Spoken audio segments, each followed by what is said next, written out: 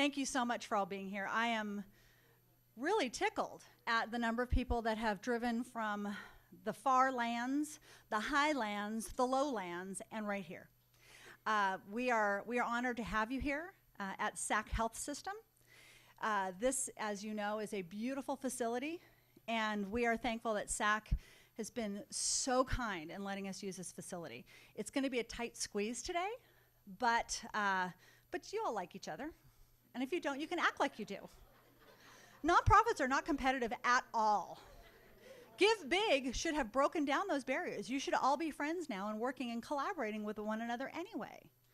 So we are going to start off with, we are, again, so thankful that you're here.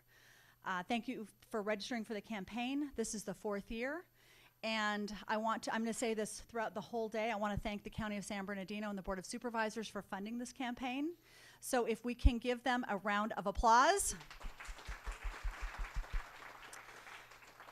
And I'll be saying many other thanks as the day goes on. My name's Andrea Mitchell. I am honored to be the herder of cats for this campaign. And I'm also so thankful that I've gotten to know so many of you. I've hugged a lot of people. I'm a hugger, and I've hugged a lot of people because I feel like you are now my friends. So thank you for that. We're going to start off with a person who has been in this community for a very long time and has just recently taken over the role of the helm at the Children's Fund. Dr. Sid Pinedo is wonderful to work with. He's kind, he's generous, he gets the community because he's from this community. He has worked in the children's sector for many, many years, and he knows how tough it is to grow up in poverty. Dr. Pinedo is, as I said, is at the helm of the Children's Fund, and I asked him to open because I've heard him speak before, and as I said, he really gets it. So many of you, so many of us deal with kids that grow up every day in extreme poverty. And oftentimes they just don't have a chance. But they have a chance because of you. They have a chance because of the things that you do and the services you provide. You work with their parents, their grandparents, you work with them. You work with showing them the arts. You make sure that they learn how to read, that they have food, that they have shelter. And that's something not a lot of people can say. So you really need to give yourselves a pat on the back and thank yourselves and thank the people you work with. But I want to first introduce Dr. Sid Pinedo of the Children's Fund. Good morning, everyone. Buenos dias. So my real name is Ciriaco Quesada Pinedo, right? But I go as Sid for obvious reasons.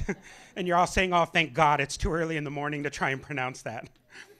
But the reason I tell you that is because my family, we're immigrants. We came to this country from a little hole-in-the-wall town in Jalisco, Mexico called Temastian. And my parents' American dream was a very simple one. They wanted their sons, their 3 boys, to have access to education. They wanted us to have access to jobs with insurance. And they wanted us to be homeowners. And that American dream doesn't care where you come from. Doesn't care what you look like. Age, ethnicity, gender, race, it doesn't matter. And that's something that all of us have an opportunity to have an impact, to provide access to. I love the saying, access without support is not opportunity. Access without support is not opportunity. And the reason that's so important for today and for what we do is that we not only provide access to resources, right? We provide the support. We tell individuals, hey, you can do it. We tell people when they are down and they feel broken, they feel that no one cares, that someone believes in them.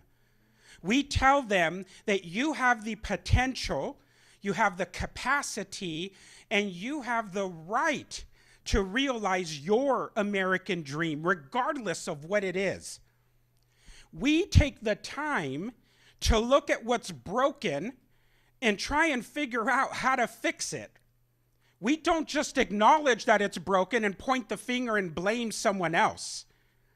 And then we look at the nonprofit industry And we're told that we don't know what it's like to run a business, right? We're told, oh, you guys don't understand what it means. You guys just do that kind of heart stuff, right? And yet it's the nonprofit industry that is working to find and identify cures for illnesses, right? It's us that have to somehow pitch and sell whatever it is that we're doing, that we've dedicated our industry to, right? And we have to get somebody to give us money, and I don't give them a pen in return, a cup of coffee or a car, a computer or anything, right? Someone asked me one time, said, what do you do, right, as a fundraiser? And I said, well, what do you do? And they said, oh, well, I sell, I provide this service and things like that. And I said, I sell dreams. That's what I do. Because I am trying to convince you to write me a check, and what you're going to get in return, if we're looking at a transaction, right, is a letter that says thank you for what you've done, right? I have to fill you with hope. I have to open your eyes and your mind to believe that that check is going to change someone's life.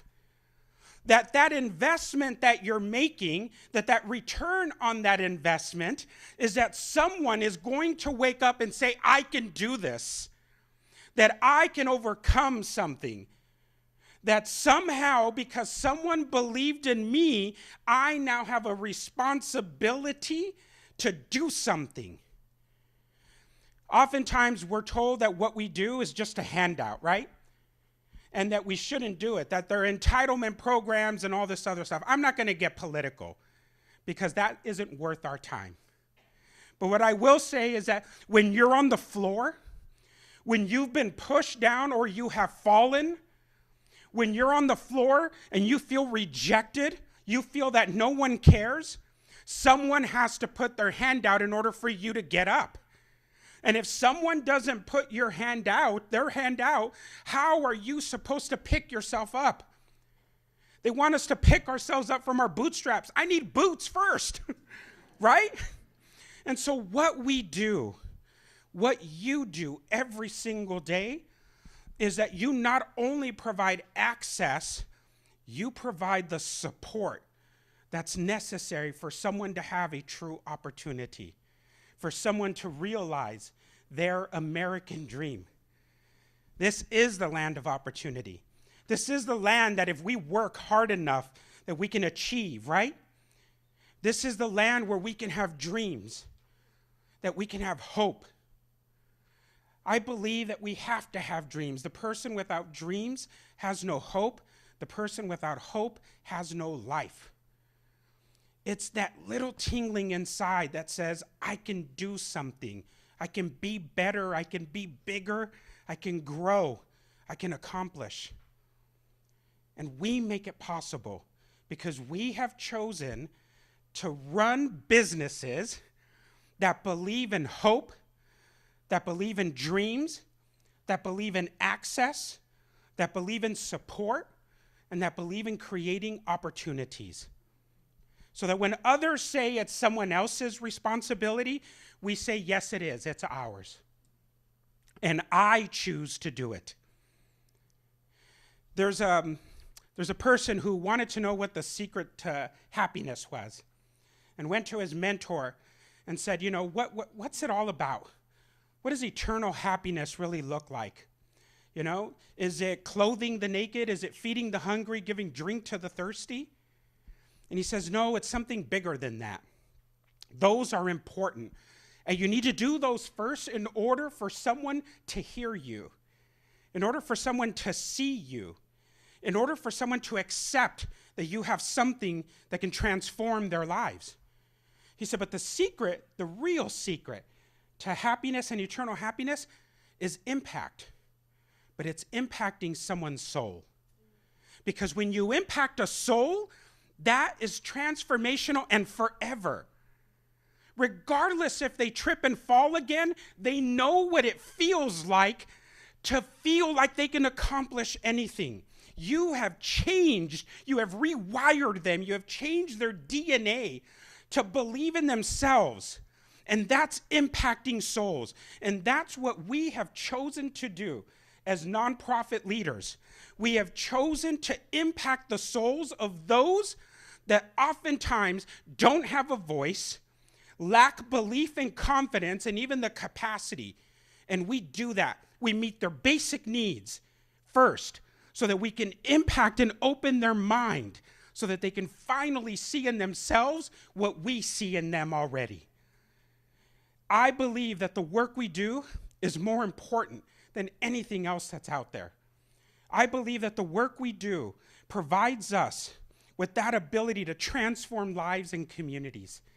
It's up to you, it's up to me, it's up to all of us to not give up, to not allow someone else to say that what we do isn't important. I no longer apologize for being in the nonprofit field. I refuse to apologize when someone says, oh, you just run a nonprofit. I've been part of nonprofits that are larger than most businesses. $850 million in assets, $250 million budgets. And yet I have someone running a $100,000 business telling me that I don't know what it's like.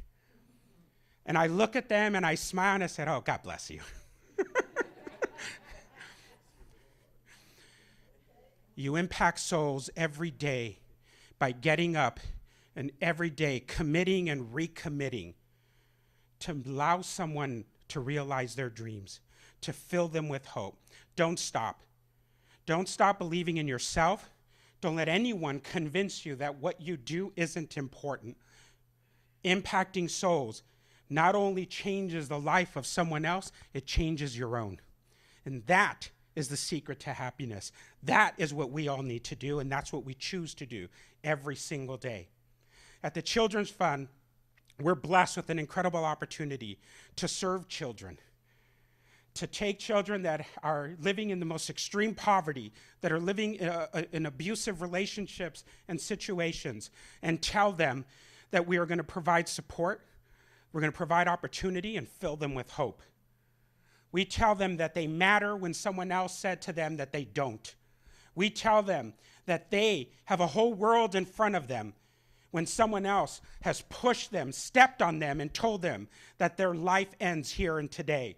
And we say, not today, not on our watch and not on our call, right? And that's what you all do as well. I feel honored to be in your presence. I feel blessed to be a partner with you in impacting souls and transforming communities.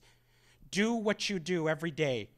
Know that someone else can't do what you do, and that's why you are where you are. I pray for you, pray for us, and together we will continue to impact souls, we will transform communities, and we will allow others and help others achieve their dreams. God bless you. Thank you for what you do.